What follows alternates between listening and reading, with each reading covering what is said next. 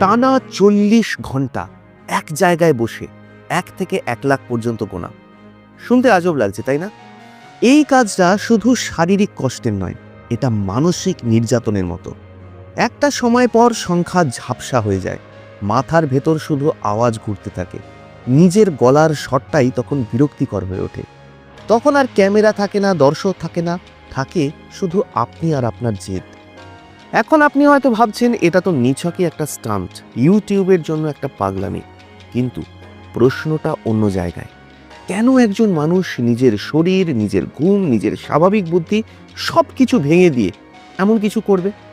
কার কাছে সে কিছু প্রমাণ করতে চাইছিল? দর্শকের কাছে নাকি নিজের কাছে? আমরা ইউটিউবে তার ভিডিও দেখি আর খুব সহজে একটা সিদ্ধান্তে পৌঁছে যাই যে লোকটা ভাগ্যবান, লোকটা টাকা বিলয় বলেই ফেমাস। আর এগুলোর জন্য তো কিছু মাথা খাটাতে হয় না। আর এই ভাবনাটাই সবচেয়ে বড় ভুল। কারণ এই গল্পটা কোনো হঠাৎ পাওয়া সাফল্যের গল্প নয়। এটা এমন একজন মানুষের গল্প যে নিজের জীবনটাকে পুরো ল্যাবরেটরির মতন ব্যবহার করেছে, এক একটা এক্সপেরিমেন্টে নিজেকেই সাবজেক্ট বানিয়েছে। হ্যাঁ, আমরা যারা ইউটিউবের জন্য ভিডিও বানাই, আমাদের সকলের মনেই একটা সুপ্ত ইচ্ছা থাকে, ইস যদি মিস্টার বিস্টের মতো আমার সাবস্ক্রাইবার থাকতো, যদি আমার চ্যানেলটা অত বড় হতো।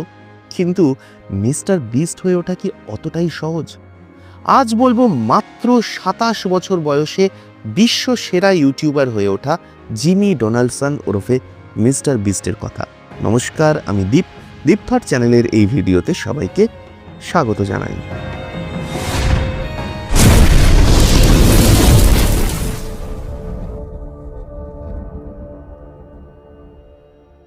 নর্থ ক্যারোলিনার এক সাধারণ পরিবার, একটা ছোট ঘর, ঘরের কোণে রাখা পুরনো ল্যাপটপটা প্রায় হ্যাং হয়ে যেত। সেই ল্যাপটপের সামনে বসে মাত্র 13 বছর বয়সে একটা ছেলে ইউটিউবে ভিডিও আপলোড করা শুরু করেছিল। তখন কোনো প্ল্যান ছিল না, কোনো ব্র্যান্ড ডিল ছিল না, এমনকি ইউটিউবার হব এমন কোনো স্বপ্নও পরিষ্কার ছিল না। ছিল শুধু একটা কৌতূহল, এই প্ল্যাটফর্মটা কিভাবে কাজ করে। মাসের পর মাস গেল, ভিডিও আপলোড হলো, ভিউ এলো না। 1 বছর গেল, ভিউ এলো না। 2 বছর, 3 বছর। চারপাশের মানুষ তখন আর হাসছিল না, তারা বিরক্ত হচ্ছিল। এত সময় নষ্ট করছিস কেন? পড়াশোনা বাদ দিয়ে এই সব কি হচ্ছে? এই কথাগুলো সে প্রতিদিন শুনত, কিন্তু একটা জিনিস কেউই খেয়াল করেনি। সে তখন আর সাধারণ ইউটিউবার ছিল না। তার বন্ধুরা যেখানে গেম খেলতো, সেখানে সে রাতের পর রাত বসে অন্য ইউটিউবারদের ভিডিও ফ্রেম বাই ফ্রেম দেখত। সে নোট করত ঠিক কোন সেকেন্ডে মানুষ ভিডিও বন্ধ করছে, কোন রঙের থাম্বনেইলে চোখ আটকে যাচ্ছে। একই ভিডিও 30, 40, 50 বার দেখে শুধু একটাই প্রশ্ন করত, আমি হলে এটা আরেকটু ভালো কিভাবে করতাম। এই কাজটা সে করেছিল দিনের পর দিন, বছরের পর বছর, টানা 6 বছর। এই 6 বছরে সে 1 টাকাও আয় করেনি। এই জায়গায় গল্পটা রোম্যান্টিক নয়, বাস্তবটা কঠিন। তার মা সত্যিই ভেবেছিলেন ছেলেটা নষ্ট হয়ে যাচ্ছে। একদিন রাগের মাথায় স্পষ্ট বলেই দিয়েছিলেন, এই ইউটিউব ছেড়ে দে, না হলে নিজের রাস্তা নিজে খুঁজে নে। সেই দিনটার কথা খুব কম লোকই জানে। সেদিন বাড়ি ছাড়ার সময় তার ব্যাগে কিন্তু খুব বেশি কিছু ছিল না, কিছু জামা কাপড়, ল্যাপটপটা আর মাথার ভেতরে একটা ভয়ঙ্কর আত্মবিশ্বাস, আমি ঠিক পারবই। এরপরে আসে সেই সিদ্ধান্ত যেটা সব কিছু বদলে দেয়। সে বুঝেছিল আর সাধারণ কিছু করলে হবে না, এমন কিছু করতে হবে যেটা মানুষ স্ক্রল করতে পারবেই না। ক্যামেরা অন করলো, গোনা শুরু করলো। 1, 2, 3 ঘন্টার পর ঘন্টা। শরীর কাঁপছে, গলা শুকিয়ে যাচ্ছে। ক্যামেরার সামনে বসে থাকা মানুষটা আর ভিডিও বানাচ্ছে না, সে যেন লড়াই করছে। 40 ঘন্টা পর ভিডিও শেষ হলো, আপলোড হলো, আর তারপর ইন্টারনেটই এই কাজটা করে ফেললো। 20 মিলিয়নের বেশি মানুষ সেই ভিডিওটা দেখলো। কেউ হাসলো, কেউ অবাক হলো, কেউ বলল এটা কি দেখলাম। এই জায়গাতেই গল্পটা শেষ হয়ে যেতে পারত, কিন্তু এখান থেকেই আসল খেলাটা শুরু। কারণ সে যে টাকাটা পেল সেটা দিয়ে সে নিজের জন্য 1 টাকাও খরচ করলো না। সে সেই টাকাটা আবার ভিডিওতে ঢেলে দিল। আর একটা ভালো ক্যামেরা, আর একটা ভালো এডিট সেটআপ, আরও ভালো থাম্বনেইল।